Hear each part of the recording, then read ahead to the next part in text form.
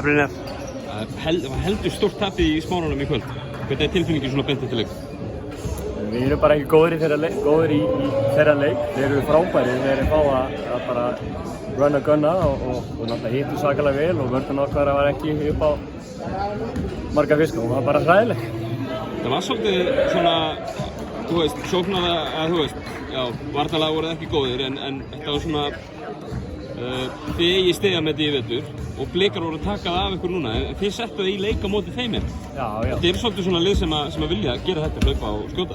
Já, og þeir eru ríkalega öflugir bara í þessu leik. Hilmar er bara búinn að vera frábær og Everett og svo hittur öllu í þokkabót en þetta er ekki okkar leikur, við hefum eftir að bæta okkur leikmönnum og við hefum ekki búin að spila síðan 16. desember. Það er hægt að draga einhverja afsakanir úr hattinum en svona í lok dagsins voru bara mjög slækir. Já, þetta eru samt alveg gildar afsakanir, þið hafa verið að fara í gildi. Þið eru ekki með þjálfarinn ykkar hérna, þið eru með Finnan í borgaralegum klæðum, þið eru kanalausir af því hann fer hérna á Gamlás, skilurðu, þannig að þetta er nú ekkert erfitt að fara í gegnum svona hluti í jafn sterkri deild og söpudeild niður. Við erum búin að missa náttúrulega 3 leikmenn úr byrjunarliðinu frá því í byrjun tímabils og takt gerði það við eitthvað lið og bætti ekki við neinum öðrum leikmennum, þá ertu í vandræðum. Vonandi koma þeir inn einhvern tímann og Kalle kemur núna fyrir næsta leik, þá er hann klár en við þurfum meira kjöt og við erum bara ekki þannig lið að við séum eitthvað run og gun, heldur viljum við bara fá eitt kvikindi út í körfuna sem getur sofað vörnina til sín og þá er okkar stærst fyrir skiptuna. Þannig að við getum ekki tekið þennan leik of alvarlega en auðvitað er leitt að tapa með 48 stigum.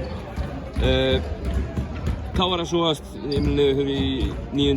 10. sætinu núna út af stærð tapsins hérna meðal annars í dag. Þú ert ekki beint vanur að vera í svona KR-lið?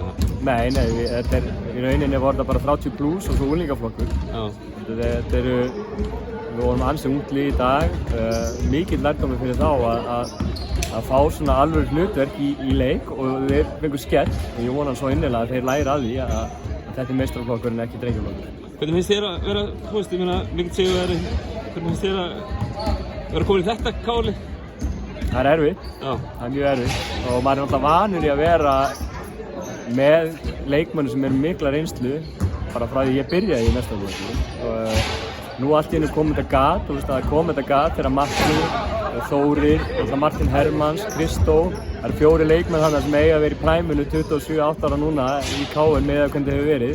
Nú eru þeir ekki og þarna kemur bara 10 ára gat sem erum að fylla upp með unglingaflokksleikmunum og drengjaflokksleikmunum og það er mjög erfitt út af því að það voru bara sigurvegari í liðinu og þú býrð það til með hefð og þegar hefðin er brotin þá er þetta að byggja upp aftur og þeir þurfa bara að sýna sem sanna það að þeir séu klárið það út af því að ef við viljum halda KR á toppnum þá þarf að halda þessa sigurhefð og siguranda sem hefur engin félagi síðustu ár.